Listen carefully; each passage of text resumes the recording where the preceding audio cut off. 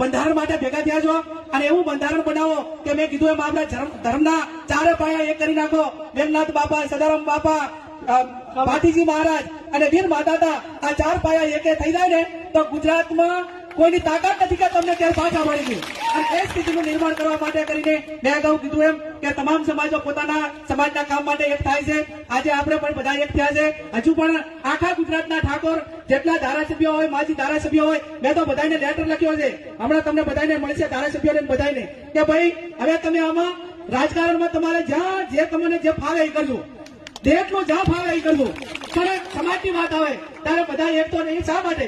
કે આપણે બીજા કોઈ સમાજને કોઈને હેરાન કરવા માટે નહીં. આ ક્ષત્રિય કોને કહેવાય, ઠાકોર કોને કહેવાય? નાનો સમાજ એ ગામમાં ક્યાંક ને ક્યાંક બેન દીકરીની સુરક્ષા માટે એ તમારી પાસે અપેક્ષા રાખે છે.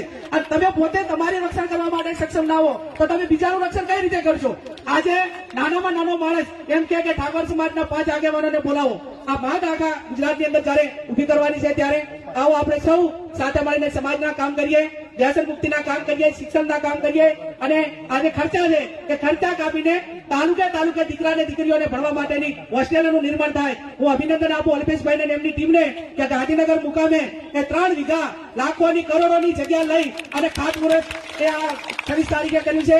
અને આવનાર સમયની અંદર સમગ્ર ગુજરાતના ઠાકોર સમાજના દીકરા દીકરી એમાં સર્વે થાય અને જેનામાં હુનર હોય, જેનામાં ભણવા માટેની એની ક્ષમતા હોય અને એને કઈ રીતે ભણવું છે એ આવનાર સમયમાં બધા સાથે મળીને, હવે ગાંધીનગર કે નતું તો ગાંધીનગર પણ તેદારે ખાતમુહૂર્ત કર્યું છે. ટૂંક સમયમાં એનું નિર્માણ થશે અને તમારે ભણતર હશે તો બધું જ આવી જશે.